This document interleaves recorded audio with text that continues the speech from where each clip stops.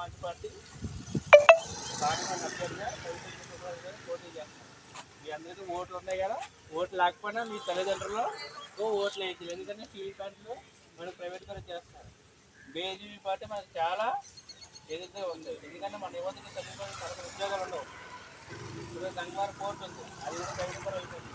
Steel plant, LIC, railway ప్రతి కూడా అవుతున్నాయి. అంటే మనం చదువుకుంటున్నాం, దీనికి లైఫ్లో ఉద్యోగం చేసి ఫ్యామిలీగా సెటిల్ అవి తల్లిదండ్రులకు ఏదో పోషిస్తాం. ఇప్పుడు మన ప్రైవేట్ ఉద్యోగం మనం ఏం చేస్తాం, మనం ఏం చేయలేము. ఏం ఉద్యోగం కూడా ఉండదు. బాస్ని ఏ వాటిలోనో చెప్పలు గడుపుతారు.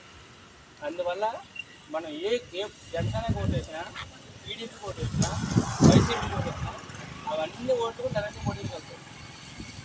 ఎందుకంటే ఈ ఓటేసి ఇలా కొంచెం వాళ్ళకి కమాండే ఉంటారు. ఆ కమాండ్ ఉంటారు కాబట్టి నరేంద్ర మోడీ ఏం చేస్తారు, మొత్తాన్ని ప్రైవేట్